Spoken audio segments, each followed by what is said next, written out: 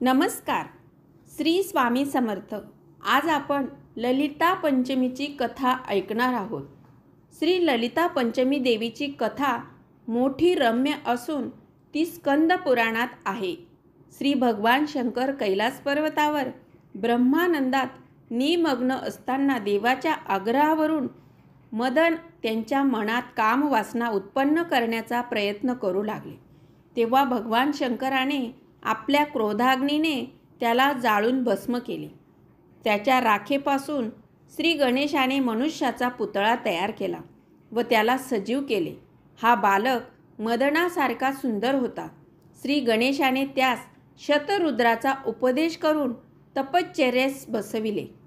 गणेशाने तयार केलेल्या पुतळ्यामध्ये क्रोधाचा अंश होता, म्हणून तो माणूस अतिशय उग्र दिसू लागला.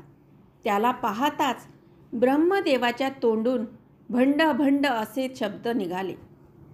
भंड मोठा झाल्यावर त्याला फार क्रूर दुष्ट असा असुर बनला आणि तो भंडासूर या नावाने ओळखला जाऊ लागला. आपल्याला अमरत्व मिळावे म्हणून त्याने गंगेच्या काठी उग्र तप केले. शंकराने प्रसन्न होऊन त्याला अमरत्वाचा वर दिला. शंकराच्या वरामुळे तो फार उन्मत्त झाला. त्याने शून्यका येथे आपली राजधानी स्थापन करून देवादिदिकांना त्रास देण्यास सुरुवात केली. त्यावेळी नारद मुनींनी इंद्रास सांगितले की देवेंद्र, तू पराशक्ती देवीला प्रसन्न करून घे. त्यावेळी इंद्राने एक महायज्ञ केला. त्या पेटता होमकुंडातून एक दिव्य महाचक्र वर आले. त्या चक्राच्या मध्यभागी एक दिव्य देहधारी ललिता देवी निर्माण झाली. ती ब्रह्मा विष्णू महेश यांच्या महातेजाने युक्त होती.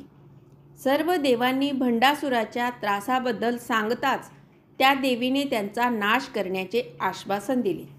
त्या ललिता देवीने भंडासूर दैत्याबरोबर 4 दिवस घनघोर युद्ध केले आणि 5व्या दिवशी भंडासुराला सर्व दैत्यांसह ठार मारले.